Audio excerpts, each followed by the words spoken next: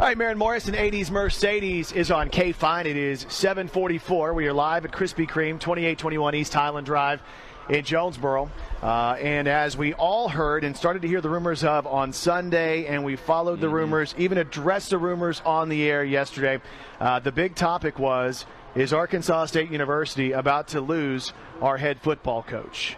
We have him here right now. I'm sitting right here. Coach Blake Anderson is still in Jonesboro. Let's clap for that. Yeah. There's 3 people that are happy about it. Oh, my gosh. Dude, like, we typically would avoid that kind of talk. You know, we try to avoid rumors and stuff like that, but it was such a big story that I said to them off air, I'm like, we have to address this. We have to talk about it. We have to try to convince him to stay. Well, it was crazy anyway because none of it was true. But you couldn't stop it. I addressed it with the team last night finally, and when everything came out yesterday and they actually named a guy the head coach, it stopped the whirlwind of conversation. But it was a really crazy 48 hours, I guess, or 24 hours of just alerts and texts. I got a million texts. Congratulations, people want jobs. Right. All my staff, everybody on my staff was getting the same stuff. And we're right in the middle of recruiting too, so we were trying to put out recruiting fires because we knew that oh my gosh. I had not been contacted by them directly to be involved in the process. Okay, so let's go ahead, and because I don't really understand the process, I want to go through the whole thing and how this happens. How was your name attached to Baylor? Well, it would have been attached to Baylor in the beginning because I played there and I'm from Waco. I mean, I grew up in Hubbard, Texas, which is basically, a little community right outside of Waco. So I'm from there. Played a couple years of ball there before I finished up at Sam Houston State. So I think when the job came open really a year ago, my name came up. Right. We just come off a 9-4 season, a championship, and it was in the mix and listed as one of the potential candidates. And so a year later, when it's time for the job to really to be closed, my name was in the mix from the beginning this time. But in terms of talking to them, I've got a phone call last week during the week of preparation for Texas State. I had a call from the search firm and the athletic director. Took 2 phone calls. Are you interested at all? Right. And basically it was, yeah, I'm interested. I've got questions. They had a lot of questions. Sure. So we covered those, and I said, left it at this. If we want to move forward, we will contact you after the season. Because I told them I'm not talking and I'm not interviewing for any job until my season's over. Right. And most coaches are that way. And that would be the same for any job. So we win the game. I have not talked to Baylor representatives since last week when they just gauged my interest. I would assume they probably talked to 15 or 20 coaches last week with the same kind of conversation. Now, I don't know where I was negotiating with Baylor and all that. I left here at 5 in the morning that day. I was on a plane. I made 4 stops in Kansas with Coach Early, my D-line coach. Saw recruits all day. Finished back here at Omar's for dinner at 7:30 with a recruit. And I'm sitting with him eating dinner while coaches are sending him alerts that I'm leaving. Oh, my gosh. I mean, I'm sitting there, and the coaches that are trying to recruit it against us to get this young man are sending him text messages with alerts that – and I'm like, obviously I'm not negotiating with Baylor. I'm sitting here eating dinner with you, and he was laughing about it. But that day was crazy. So do you have an agent? Is that how it typically Everybody does. Works? You cannot really handle the contracts and the negotiations and the search firms and the ADs without one. My agent, Lee Kaplan, is a great guy. He's down in Ponte Vedra, Florida. He's become one of my best friends, and he was handling all this, and he wasn't talking with them either. Wow. That is insane. So somebody just put out that we were. They thought we were, and they ran with a story, and it was pretty extensive. The story was very detailed, but none of it was true. Who's the first person that reaches out to you that lets you know that the rumor's out there? Well, was it Terry Mohajir? No, Terry wasn't. Terry. I think Terry just waited on me to call him, and right, as I obviously would. The breaking news alert that I was negotiating with with Baylor, one of the guys on staff saw it on social media. Is like, what's going on? Hit me up with a text, and I saw it. It took really probably 15 minutes after it hit the news. It was everybody on staff was asking what's going on. Let's talk about the good and the bad of social media, because I think you're in the public eye. Obviously, the story grows. It catches fire. People are saying this is a reputable source. You're on social media a lot. It's kind of a necessary evil of entertainment, coaching, sports, all of that. It's almost a necessary evil of life. But how does that affect a coach in this situation? Well, you're helpless because you really can't. get to I could have come out and made a statement. But at the same time, I was still a candidate. We had not had conversation, and the last thing I wanted to do was say, well, it's not happening, and then a phone call come in and actually start conversation with them. And because I didn't even know if I really was interested or not. You didn't have enough information. So I just decided to let it kind of run its course. But the longer that course goes, the more kind of fuel is added to this whole conversation. And you've got the people that are understanding, but you also got the loud, anonymous, very negative side of things too. And there were people that were wanting me out of town already. That because we lost to UCA months ago, that they were ready for me to leave, and they like to voice that opinion. So. But and I told you when you walked in, I want to stand up for you, and we said this on the air. You're a great football coach. This area, we're lucky to have you. The university's lucky to have you. And I think when we saw the rumors, we were thinking, oh, my gosh, we're losing a great coach. Okay, that's part of it. But I think above and beyond that, our community looked at somebody who's impacted the community and has gone out and made those relationships. And I think it was like almost a scare from a community, not just about the football coach, but about a guy who's become a leader in this area. I hope so. I mean, I hope we're doing more than just coaching football. I hope we're changing lives of young men. I mean, I've watched that happen over the last 3 years. I mean, I've been really just excited to see guys' lives change. We've had a bunch of guys on the team come to know Christ over the last 3 years, which is just phenomenal to see guys really growing into what's going to be great young men, great husbands, great fathers. And I mean, we've tried to reach out in the community and put our hands in as many areas as we can, but I mean, I understand the frustration. We lose a game, especially a game like that. I get it, man. Well, nobody was madder than I was. I mean, at some point, it's the ability for a guy to make a comment, not have to stand behind it, tag one of my coaches that he doesn't think's doing a good enough job, and just spout out at him. And that's the frustration. I love the way social media allows us to interact. I love what it allows us to promote the brand and be involved in areas that we can't be in physically. But when you use it as a weapon and you attack, and that's where I get defensive. When you attack my players or my coaches or my family, that's where my red hair comes out. I mean, I'm not near as concerned when they attack me. I understand that comes with my job. I'm good. They pay me a lot of money to be able to handle that kind of stuff. But when they go after my coaches or want my coaches fired and they really don't know what those guys are going through or really the circumstances under which their job, that's where I just get frustrated. And it's not going to stop. It's going to get worse. It's going to get more and more but it's just the nature of the business we're in. Coach Blake Anderson joins us at Krispy Kreme this morning. I love this tweet. It says, told you folks when I got here 3 years ago that you were stuck with me. Now let's get on to making it 6 out of 7. There is a bowl game right around the corner. Yeah. And boy, it came up quick. And a lot of people. You mean that? Yeah. Can we just go win a bowl game first? Yeah. I mean, that was the first comment I got was, can't we just go win a bowl game first? I'm like, man. Do you not pay attention to me? Do you not realize how competitive I am? Yeah. From the time you need to call my mother, she'll tell you.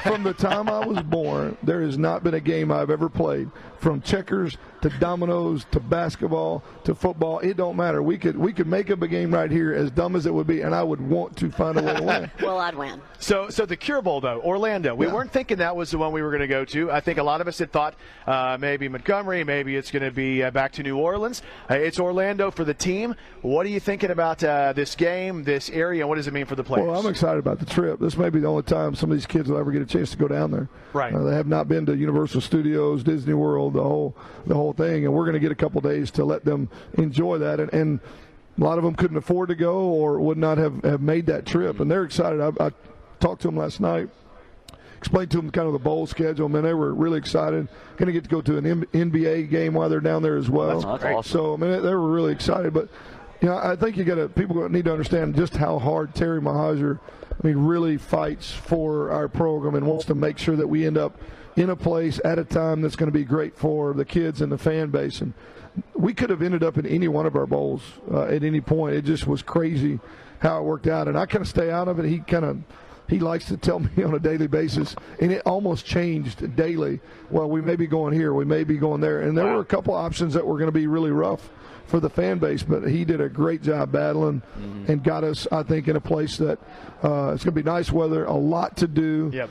You can take an easy flight. You can take a drive down there. It's not that bad. I made that drive, and it's a really good opponent. I mean, UCF is going to be a huge challenge, but if we can find a way to win that game, it'll be a great way to finish the season. And also, it's kind of the first game of next year. It kind of catapults you into the offseason with these guys that are coming back, and it's a huge test. They're a good football team. So can you squeeze us on that plane flight? It's a little. I'll tell you, we'll just find a lap. We'll just find a lap. You wanted me to sit in Kelly's lap this morning. Hey, I'm riding cargo. That's fine with me. Yeah. I don't know if we can get the barrel in there. The barrel may be too heavy. Okay, so we know, according to the tweet, it looks like you're here. The coaching carousel changes could come up.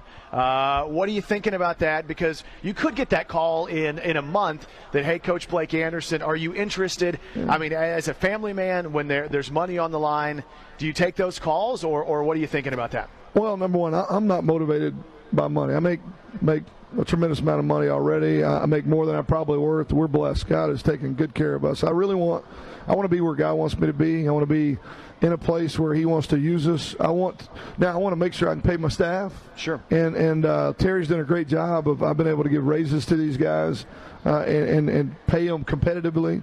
But at some point, that is a conversation. Is this particular job one that is going to allow me to take care of my staff in a way that they can do what they need to for their families? Is it a place that that fits our personality? And is it a challenge? Is it a place where maybe we can win a national championship? But I've had a lot of conversations over the time I've been here with people that were interested in us that I just didn't think were the right fits.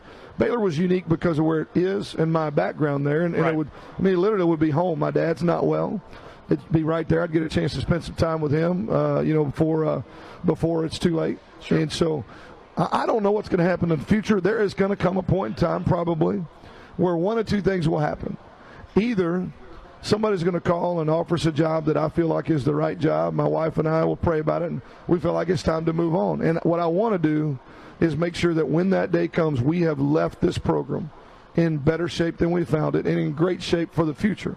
We work on that every day. Everything we do is about building this brand, building this program to last. And we're not done with that yet. We got a lot of work still left to do. We're not satisfied with where we are right now. We want to improve. And so that's what we're doing. But also, I know in this profession, if I stay longer than I have, the average career for a head football coach in Division I football is 3 years at one location. Oh, wow. I didn't realize it's changed. It used to be 6. It went to 5. It went down to 4. Now it's 3. Well, I've already accomplished. I've been here 3 years. That's the average. I know that every day past that, there are people that are going to get tired of me. They're going to, we didn't win enough games. We didn't score enough points. They don't like the play I ran. They don't like who I hired. They don't like what I said. And gradually that number will get bigger and bigger. It's just because it's like fast food. We just get bored with what we got and we want something else. And so I know that every day past this that I stay, there's a chance that eventually they would want me to leave anyway. So I think you just got to take it one day at a time, let God control it. I'm going to leave it up to Him. When He's ready to pick us up and move us, He will. I love my job. We want to hold on to you. Well, I love it here. I could be here for my entire career as a head coach and be completely happy. I love the community. It fits me and my family. We're comfortable here. My kids love it. But I know I got to win games to do that and keep people happy, and so that's what I'm working to do. So when you take these calls, last question, when you take the calls and they come in, you sit down with the family, is it difficult because of the age of your children and because of your wife? Do they feel rooted? Is it a deal where you feel like you have to go in and bargain if you do consider another job because they want to stay? We've had to have a few. When they were younger, it wasn't a big deal. They didn't even know we were moving. They just thought it was cool that you ended up in a new house. And as they got in that age where they were leaving friends, we had a couple really hard moves. Now, I'll be honest, we didn't have a lot of choices. I mean, when we won the championship at Southern Miss and Larry left to go to Carolina, I interviewed for the head job and they decided to go another direction. We had to go to Carolina. I needed a job. And so that was a really tough move for them at their age. But they understood it wasn't a choice. This move here to leave a coordinator's job to be a head coach, they got it. It made sense. And they've fallen in love with this place. I would never sit down and talk to them unless I thought we were at a point where there needed to be a discussion. Right. They really didn't even know any of this stuff about the Baylor conversation. Oh, wow. I had to tell them before they went. I said, look, now you're going to get asked a lot of questions today when you go to school, and it's not true, but just be prepared. And both of them just got barrages of questions all day, which is fine. They just said, hey, man, Coach, Dad says it's not true. Coach says it's not true. Right. But we do talk about it as a family. We do pray about it, and it is really hard on them to pick them up and move them, and take them away from their friends. That's the hardest part. We live 12 cities and 25 years of How old are they coaching. now? Well, my daughter is 18. She's a senior at the high school. Youngest son is 16. He's a freshman. The oldest one's off at college, but he went to school in 7 states. Wow. I mean, my oldest one went to school in 7 different states. That's hard. Yeah. That is probably the most difficult part of any of this. Okay, so we look at the bowl game. We know tickets are on sale right now. We're encouraging people to get those through A-State, astateredwolves.com/tickets. There's great deals. We've even seen flight prices and hotel prices that are better now if you're going down there for the game. From us at KFIN and East Arkansas Broadcasters in general, we couldn't have been more happy to hear that you were staying. We love the support that you give to us, and we want to support you in everything that you do as well. Coach Blake Anderson live at Krispy Kreme this morning on KFIN. Brandon Baxter in the morning on KFIN, powered by